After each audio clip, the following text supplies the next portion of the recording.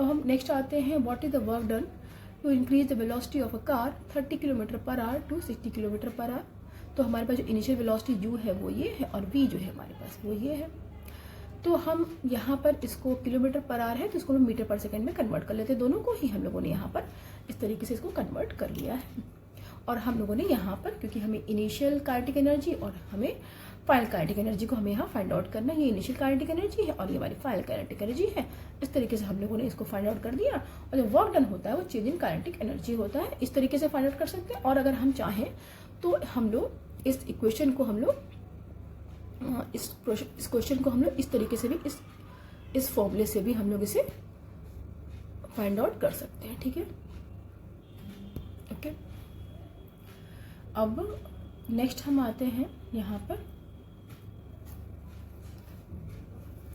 Potential energy पे। ठीक है, तो यहाँ पर पोटेंशियल एनर्जी में क्या होता है कि हमने एक यहाँ पर क्या लिया है कि हम लोगों ने एक रबर बैंड ले लिया है और यहाँ पर रबर बैंड को जब हम स्ट्रेच करते हैं तो हम लोग यहाँ पर स्ट्रेच करने के बाद ये रबर बैंड था, स्ट्रेच किया हम लोगों ने, इस कंडीशन में आया। और उसके बाद क्या हुआ कि यहाँ पर हम लोगों ने उसको स्ट्रेच किया तो यहाँ पर इस एक एनर्जी इसने पजेस करी। पहले मोशन हुआ, मोशन के दौरान जो है वो काइनेटिक एनर्जी थी, बट जब वो रुक गई, हम लोगों ने यहाँ पर सिक्के उठा रहे थे तो काइनेटिक एनर्जी थी, बट हम लोगों ने जब इकट्ठा कर लिया हमारे पास हमारे बैग में ये सिक्के 5 सिक्के इकट्ठे हो गए। अब हमारे पास ये जो कि पोटेंशियल एनर्जी बन गई। अगर हम इसको स्पेंड करेंगे ना, खर्च करेंगे इन सिक्कों को हम लोग, तो ये हमारी फिर काइनेटिक एनर्जी में कन्वर्ट हो जाएगा। ठीक है, मतलब हमारे पास जब ये मोशन हो रहा है, इकट्ठा कर रहे हैं, उस समय ये काइनेटिक एनर्जी है, ये भी काइनेटिक एनर्जी है और ये भी काइनेटिक एनर्जी है।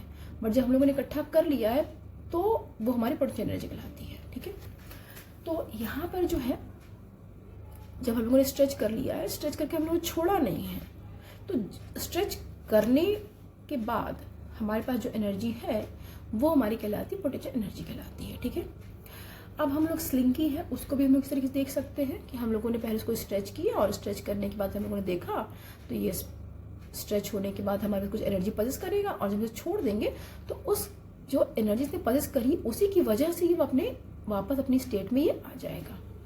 ठीक है, अब इस तरीके से हम लोग यहाँ पर ले सकते हैं कि जो है हम लोगों ने यहाँ पर देखा कि जो एनर्जी यहाँ पर हमें जो मिल रही है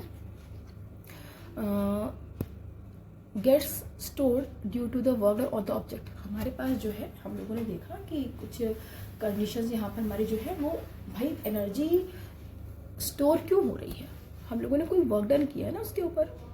अगर हम लोग वर्क डन ना किए होते, अगर हम लोगों ने उसे स्ट्रेच ना किया होता तो यहाँ पर वर्क डन किए बिना एनर्जी स्टोर ना हो पाती। ठीक है, तो मतलब ये हुआ कि work done is required to store energy.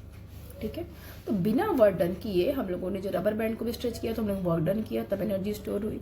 हम लोगों ने जब स्लिंकी को हम लोगों ने स्ट्रेच किया तो वहां पर भी वर्क डन हम लोगों ने किया। स्ट्रेच करने में तो हम लोग कोई काम तो कर रहे हैं ना, हमको एनर्जी लगा रहे हैं, वहां पर हम लोग वर्क डन कर रहे हैं, तो हमारे पास वो एनर्जी के फॉर्म में स्टोर हुआ।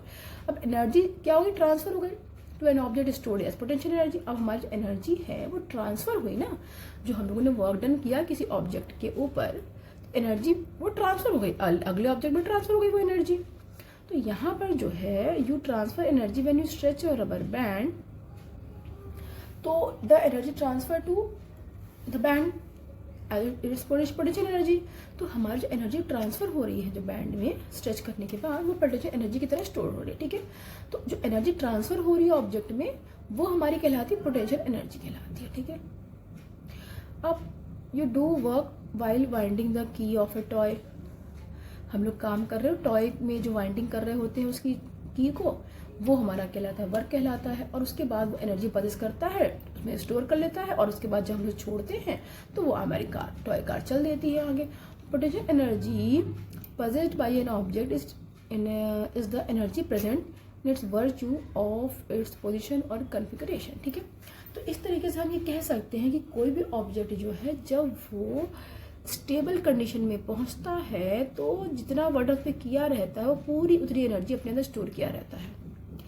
और जब उस एनर्जी को जब वो यूज करेगा ना तो वो कोई वर्क डन कर पाएगा और वो एनर्जी जो हमारी कहलाती है वो